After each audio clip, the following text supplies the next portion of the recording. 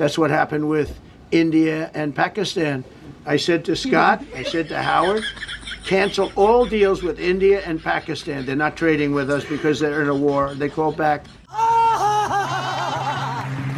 आप मेरे जमीर को चोट पहुंचा रहे हैं। तो भैया सुना, अब की बार ट्रंप ने 19वीं बार बात को गोल गोल घुमाते हुए ये कहा कि मैंने ही भारत और पाकिस्तान का युद्ध रुकवाया था। लल्लन भैया, यही सब सुनकर तो मुझे कल से चाय पीते हुए भी हंसी आ रही है, क्योंकि जिसे अंधभक्तों ने बनाया था अपना मामा, अब वही खोल रहा है हर दिन पैजामा। बताओ, गजब विडम्बना है। इतना तो कभी हमारे मोदी जी और बीजेपी वालों ने मिलकर हर मुद्दे में हिंदू मुस्लिम भी नहीं घुसेड़ा, जितना आजकल ये अपने हर भाषण में भारत और पाकिस्तान के वार रुकवाने का डंका घुसेड़ रहा है। लल्लन भैया, मेरे हिसाब से अब मोदी जी को 100-200 करोड़ फेंक कर ट्रंप का मुंह बंद करवा देना चाहिए, वरना ये 56 बार भी बोल देगा। भैया, इसीलिए तो लोग घनघोर मजाक करते हुए ये कहते हैं कि पहले तो इसने लौटा दिया भारत का रसीला आम, और अब सुबह शाम करने पर तुला है हमें बदनाम। गजब बेइज्जती है। और भैया, सबसे कमाल की बात तो ये है कि ट्रंप के ऐसा बार बार लगातार कहने के बावजूद भी वो गोदी मीडिया के दलाल एंकर जरा भी अपना मुंह नहीं खोल रहे, जो मोदी और ट्रंप की दोस्ती के किस्से सुनाया करते थे। तो लल्लन भैया, इसमें हैरानी की क्या बात है? जब बीजेपी के प्रवक्ता ही ट्रंप से छुपा रहे हैं अपना मुंह, तो ये ससुरे भला कैसे करेंगे चूं?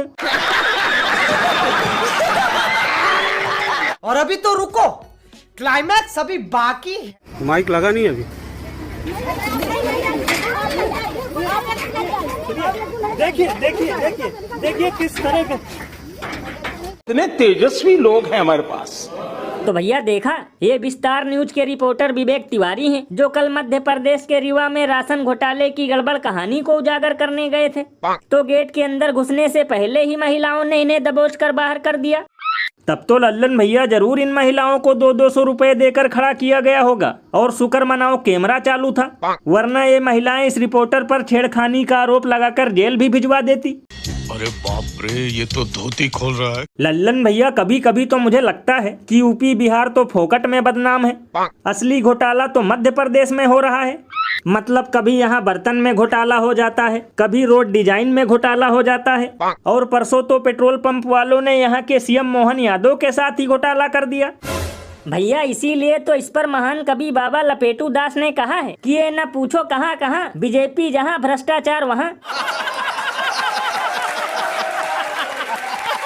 और भैया, एक अंदर की बात बताऊं, कभी कभी तो मैं सोचता हूं कि देश में अमृत काल चल रहा है या फिर तानाशाही काल।